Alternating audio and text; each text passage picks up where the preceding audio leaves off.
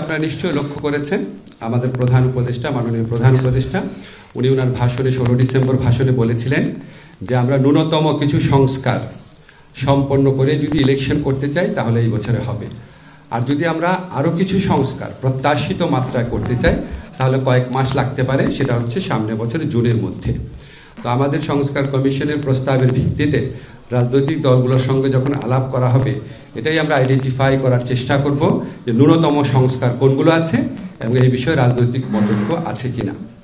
তারপর হচ্ছে এর বাইরে যে সমস্ত প্রত্যাশিত সংস্কার আছে সেটাকেও আইডেন্টিফাই করার চেষ্টা করা হবে। শুধু যে মানে সাধারণ মানুষের কাছ থেকে মতামত নেওয়া হয়েছে বা ওনারা বিভিন্ন জরিপে অংশ নিয়েছেন সেটা না, সংস্কার কমিশনগুলো বিভিন্ন রাজনৈতিক দল, পেশাজীবী সংগঠন, অ্যাক্টিভিস্ট সংগঠন সবার সাথে একদম উন্মুক্ত ছিল। অনেকেই গিয়ে প্রস্তাব দিয়েছেন, অনেকের সাথে ওনারা বৈঠক করেছেন, কনসার্ন যারা এক্সপার্ট আছে তাদের সাথেও কথা বলেছেন।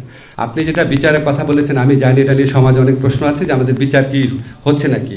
আপনাদের নিশ্চিতভাবে বলতে চাই বিচারের কার্যক্রম অত্যন্ত সাবলীলভাবে চলছে।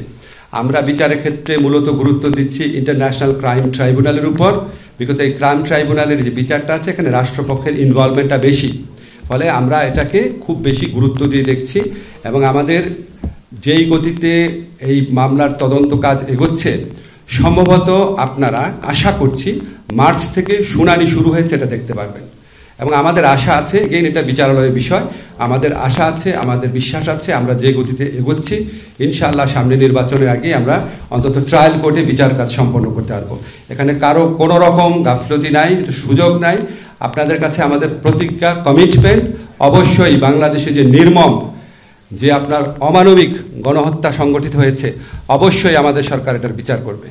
আপনি কিন্তু ভাই আমার কথাটা মিসকোট করেন না, আমি বলেছি রাজনৈতিক দলের সাথে মতৈক্যের ভিত্তিতে যেই সংস্কার প্রস্তাবগুলোর ব্যাপারে ঐক্যমত হবে সেইগুলির বিষয়ে আমরা আইন ও নীতি প্রণয়ন করবো এবং বাস্তবায়নের চেষ্টা করব।